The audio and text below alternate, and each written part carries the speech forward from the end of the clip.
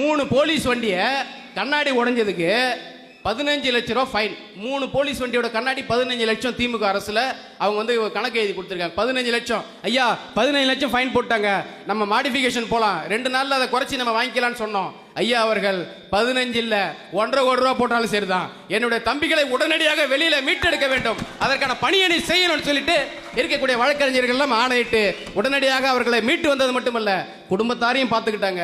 வெளியில வந்தவர்களை ஒவ்வொரு சட்டமன்ற உறுப்பினர்களை அனுப்பி அவர்களை மரியாதையோடு, மாலை மரியாதையோடு அவர்களை வீட்டுக்கு வழி அனுப்பி வைத்ததோடு அவர்களை எல்லாம் நாம் பெருமைப்படுத்த வேண்டும், பாராட்ட வேண்டும். ஏனென்றால் விவசாய நிலங்களை காப்பதற்காக, விவசாயிகளுக்காக சிறை சென்ற என்னுடைய தம்பிகளுக்கு நான் பாதுகாப்பாளனாக என்றைக்கும் இருப்பேன் என்று சின்னையா அவர்கள் சொல்லியிருந்தார்கள்.